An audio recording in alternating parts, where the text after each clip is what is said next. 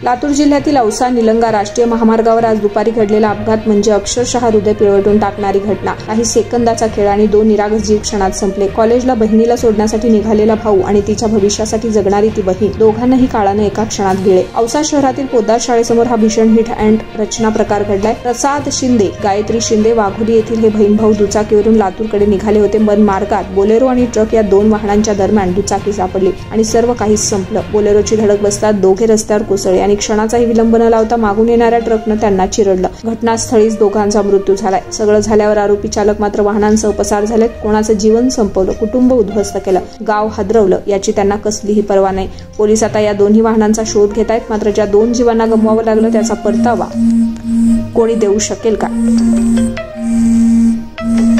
वाघोली गावात शोककळा पसरली आहे। पद्माकर शिंदे शेती आणि दुग्ध व्यवसाय करणारे मुलगा प्रसाद वडिलांना कामांना हातभार लावत होता, तर मुलगी गायत्री लातूरमध्ये शिकत होती। दोघंही त्यांच्या जगण्याचं भविष्याचं कारण, पण नियतीनं आणि बेफिकीर वाहन चालकानं सर्व उद्ध्वस्त केलं। दोनच अपत्य आणि एका क्षणात सर्व काही संपलं। या अपघातात बहीण भावांचा हा दुर्दैवी मृत्यू झालाय।